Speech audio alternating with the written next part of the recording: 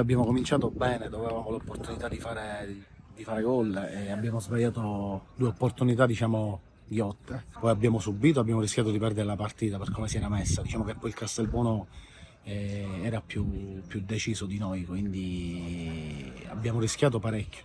E ti devo dire che è un punto prezioso arrivati a questo punto. Purtroppo, diciamo, veniamo da un momento negativo e adesso la palla è pesante, le partite diventano difficili e quindi i ragazzi avevano comunque bisogno di fare una prestazione positiva e ripartiamo da questo.